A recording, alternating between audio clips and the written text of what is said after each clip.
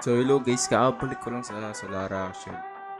And hindi ko alam kung saan yung mga base dito since last 3 days pa yata sila nag-start. Nauna sila and late ako na-join. Kaka-join ko lang pero kunin muna natin tong puno na to.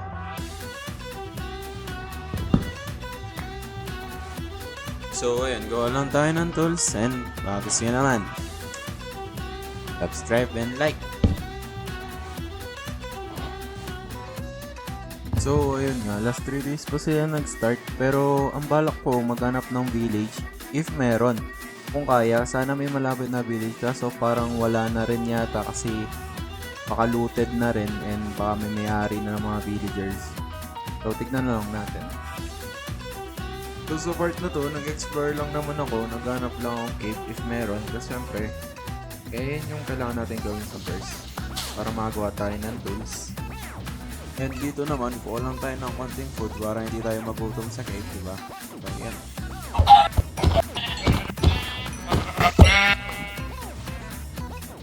So, after 11 minutes of paglalakbay, and nakahanap naman ako ng cave, and ito lahat naman nangyari sa cave.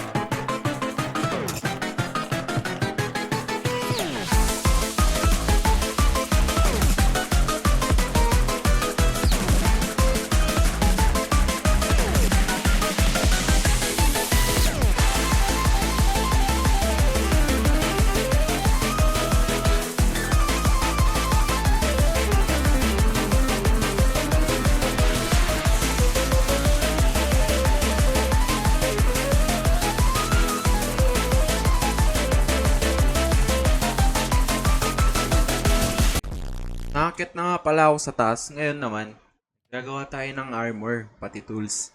Pero iba yung pinagdaanan ko to sa cave na yun, men. Alam mo yung wala akong food. Tapos nasunog pa ako sa lava. Hindi naman ako nahulog, may lava lang talaga. Tapos di ko naiwasan. And pangalawa, packet ako. May gravel na bumagsak sa akin. So, ayun kinabahan na ako. So ngayon nakakit naman na akong safe. Kaya gawa lang tayo ng tools tsaka armor nga. And yan. Nakahanap na din pala akong place malapit lang din sa spawn. Bumalik ako sa spawn kasi nag-ask ako if saan pwede mag-place. And sabi nila, ito yung world. I mean, ito yung map namin sa Solara.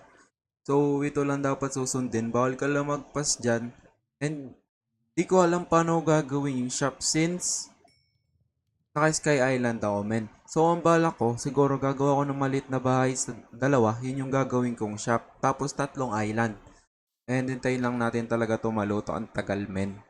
Ayan, tapos na. Na-smelt na. And gawa na lang tayong armor ngayon. Pati shield, siguro. And yun.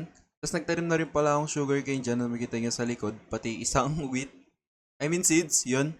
Nag-farm na rin ako. Wala akong nakitang village eh. Siguro next episode na lang. And kuha rin akong potato. Or hingi na lang ako sa kanila kung meron man mabait na magbibigay.